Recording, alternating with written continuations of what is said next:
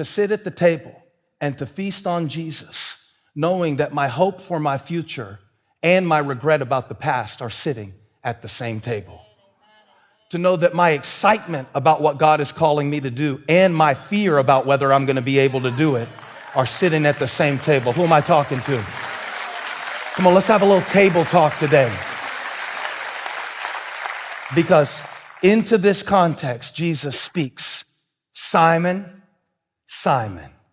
And he says his name twice. Now, we'll do a little quiz, okay? And I'll let all of those online play along. There are 7 times in the Bible that God or Jesus, and Jesus is God, but I'm saying Old Testament, where God speaks in different ways, or in the New Testament, where Jesus would just lean over and tell you because he's physically present. There are 7 times, and this is one of them, where someone is called by their name, but they're called twice. Now, first of all, put your name in the comments real quick and put it twice, all right? And say your name out loud in the room and say it twice. Chris. Say your name out loud and say it twice.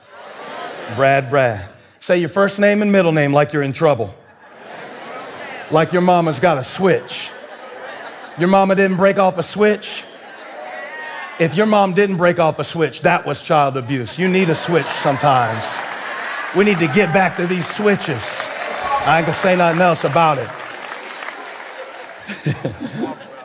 Touch your neighbor, say, get back to the switches. That meant nothing. I'm gonna see on the comments, can you guess one of the others? I'm on YouTube right now live, and if you're watching later, don't Google it. Do not chat GPT it. If you chat GPT my sermon question, you go to HELL. This is not an open book test. Just guess. I won't make fun of you if you get it wrong. That's right, Saul. Not just Saul. What is Saul doing that's so important that he has to get named twice, called by Saul, not just Saul. He's riding on his horse, going to persecute Christians, and Jesus is about to turn him into Paul. You ever heard of Paul? Yeah. You ever heard of Philippians 4:13? Paul, I can do all things through Christ who strengthens me. Well, before he was Paul, y'all, he was Saul. Saul. He called his name to get his attention. He knocked him off his horse to get his attention. He blinded him with a light to get his attention. He restored his sight and gave him a vision. And the gospel came to the Gentiles because it was a pivotal moment. Saul. Put it in the chat. Saul. What else y'all got? While y'all are guessing, touch your neighbor, say, better call Saul. What else you got? Guns N' Roses. Oh, Moses. I'm worldly, pray for me. Moses, that's right. Take off your shoes, Moses, because you're about to pivot. Take off your shoes, Moses, because the place you stand is holy. This is a pivotal moment, Moses. This is a personal moment, Moses. When God calls your name once, that's personal. When he calls your name twice, that's pivotal. When he calls your name once, it's powerful. When he calls your name twice, it's a pattern. There are some of you under the sound of my voice, and God is trying to get your attention. He is repeating patterns in your life. And it's not just that you keep seeing Range Rovers on the road so you think you need to buy one. It's deeper than that. God keeps sending you the same message different ways. Saul. Moses. Have you got another one? Samuel. That's my favorite of them because this is when he was learning to hear God's voice and he was a little boy. And some of you, since you've been a child, God has been calling you. And he keeps calling you. And some of you, you even spent half of your adult life running from the God that was calling you when you were a little kid. And he kept calling, and he kept calling, and he kept calling Samuel. He had to come back to him and say it again because the first time he thought it was the voice of his mentor Eli. So he said it again, Samuel. Y'all got another one? Martha. I didn't think anybody would get that. Did you get that, Nicole? Nicole. Martha. Luke chapter 10. Talking about Martha, you're worried and distracted. You keep trying to do dishes while your sister Mary is having a devotion. Martha, Martha. I know why he said her name twice, because she wasn't listening the first time. She was too busy running the vacuum cleaner. Martha, Martha, Martha, middle name. I want to spend time with you. I want to be with you. I don't want you to just run around so consumed by what you can do for me. So I'm going to say your name twice, because I'm more concerned about your person than your plans. What's another one? Well, that one doesn't count. I guess that makes 8. My God, my God. But it's technically true, because when Jesus was on the cross, he was God. So God said to God, my God, my God. Buy and prepare that one. Is that Orangeburg in the house? Is Orangeburg in the house? Orangeburg, Orangeburg. I got so much family in Orangeburg. I do. The one I really struggle with is Abraham, Abraham. Because that's where God called Abraham and said, go to the place I will show you. And then when Abraham set out, he didn't give him the exact GPS pin. You know how sometimes you just feel like you're taking a step? Not a swing, just a step. And when he called him Abraham, but then he called him to do something very difficult. Now, sometimes in your life, God will call you to give up something you love. God will call you to give up something that you love. Usually when we come to God in prayer, we ask him to take away the things that we don't like anyway. See, prayer is 2 ways. It's not just me talking to God. It's me listening. When I was taught to pray, I was mostly taught to pray a prayer list. So I start naming all the things that I want God to do, like I'm giving him his checklist for the day and the date I need him to do it by. But prayer is not just listing, it's listening. It's listening. And sometimes what God says is hard to hear when he said, Abraham, Abraham. Now, in this specific case, God had called Abraham to sacrifice his only son, Isaac, that he waited 25 years for. He tied him down and he was going to plunge the knife in obedience to God. And just as the knife was raised, there was a pause that led to provision. And God said, don't lay a hand on the boy. There's a ram in the bush. You passed the test. I didn't want you to kill your son.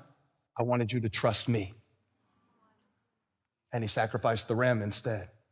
And at that pivotal moment, just before Abraham was about to do it, God said, Abraham, Abraham. And he called it twice. Now, I think we ought to go through all of these over the next few weeks in church. Each of these times, Abraham, Abraham, Moses, Moses. I didn't even tell you about Jacob, Jacob, but I will. How he was going to Egypt to see his son Joseph that he thought was dead, and he had so given up on Joseph being alive that he had resigned himself to the despair. And God had to call his name twice, Jacob, Jacob, to tell him that Joseph's own hands would close his eyes, that the thing that you thought was dead is very much alive. I said the thing that you thought was dead was very much alive. I said that the thing that you thought was dead is very much alive. Jacob, Jacob. And today we find ourselves in a pivotal moment for Jesus, and a pivotal moment for an apostle named Simon Peter. And don't you wonder why in Luke chapter 22, verse 31, and I'm almost there, Holly. I'm almost to the part that inspired me to get up and preach this text. Because as Jesus is speaking to all of the disciples, telling them, I must suffer, while he is telling them, you are going to rule one day, while he is preparing them for what the cross and the kingdom will be, he pivots his attention from the entire table, the 12, to one man.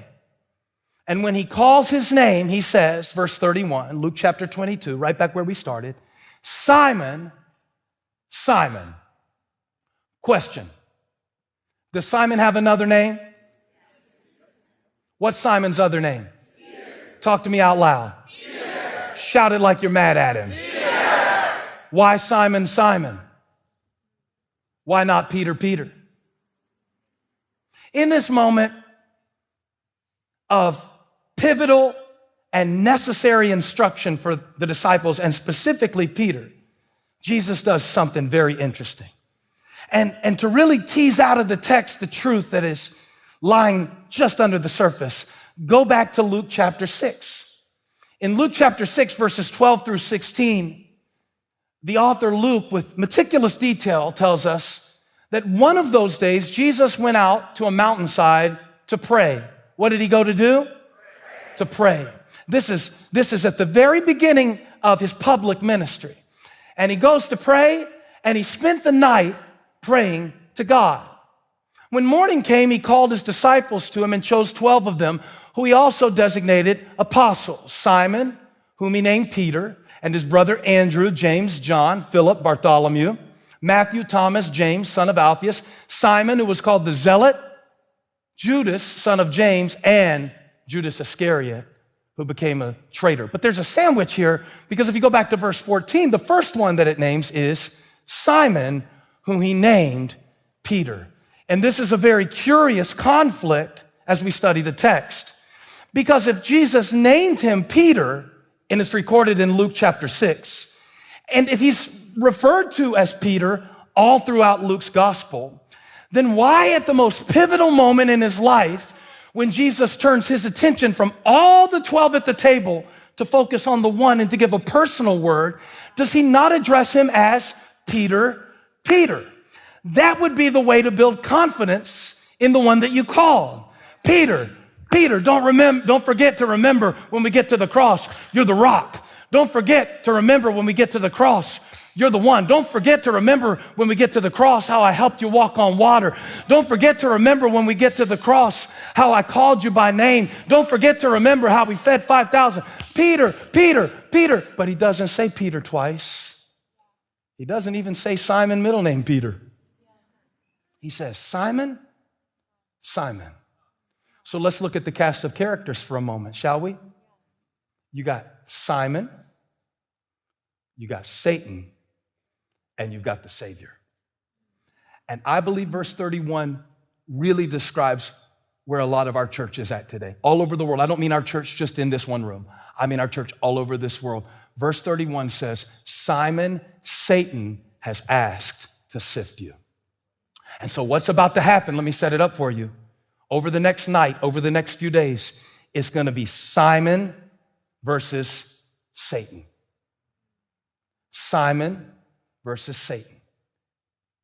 And spoiler alert, Simon doesn't win. As a matter of fact, when it comes to the most crucial moment of Simon's life, when he will deny Jesus Christ, he does not only deny his power, he denies the relationship altogether. He says, I don't even know him. And Jesus looks him in his eyes and says, Simon, Simon, Satan asked to sift you. The answer that we would expect from Jesus if Satan asked to sift, and let me just slip in here, he doesn't get to do it without permission. Whatever the devil does to you, he had to go through Jesus to do it. So even if Jesus didn't do that thing for you, it had to go through Jesus before it got to you. Which means that sifting is a process of separation. We don't sift that much in our daily lives, so maybe we can't really imagine this. But this word used for sift, when he said Satan desires to sift you, this is the only time that word is used in the whole Bible. Because it is a shaking so violent, it's only used one time. It's shaking out the stuff that shouldn't be there to leave the stuff that will produce the bread that can feed. And I was interested in the fact that Simon Peter was a fisherman and Jesus is sifting a fisherman. I thought it was a mixed metaphor until I remembered that Jesus told Peter, feed my sheep in John 21. So that makes me think that he's trying to turn a fisherman into a shepherd. And before a fisherman can become a shepherd, before somebody who catches fish can become somebody who feeds sheep, there must be a sifting. Sometimes the sifting in your life is a sign. It is a signal that this is a pivotal moment, that God is changing the season and the stage of your life. And before the season shifts, there is a sifting.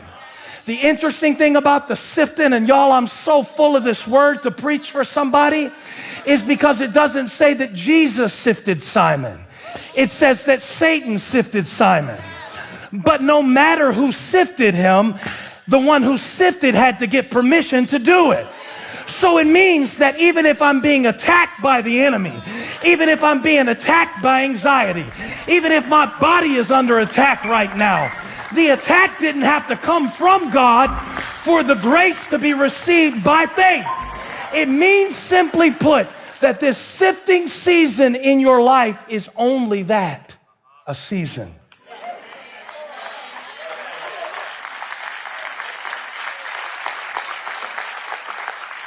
Newsflash, the more gifted you are, the more sifted you must be. Because why Simon, Simon? Why not Bartholomew, Bartholomew? Why not Judas, Judas? Why not Philip, Philip? Why not Nathaniel, Nathaniel? Why Simon, Simon? And this is the critical thing for you to understand. Oh, if you could understand this, you wouldn't be like, why am I getting picked on? Why is my life so hard? Why is this happening to me? It would still be heavy. It would still be hard, but you would understand this simple principle of the kingdom, and it's this. The reason that he pivoted to Peter in this moment and called him Simon is because Simon was the most significant one sitting at the table. The reason he was singled out to be sifted is because he was singled out to be significant. This sifting in my life, what is it about? What is this sifting about? In a sifting season, you will notice your motives are exposed. In a sifting season, you will notice that fake friends are exposed. In a sifting season of your life, you will notice that dependencies are exposed. In a sifting season of your life, you will notice that things that used to work don't work anymore. And you will wonder, is this the end? And yet to think that this is the end when you're still sitting at the table. And Jesus knows you're going to be preaching on the day of Pentecost, is to miss the message of the gospel. I don't think the disciples knew the pressure that Jesus was under. While he's busy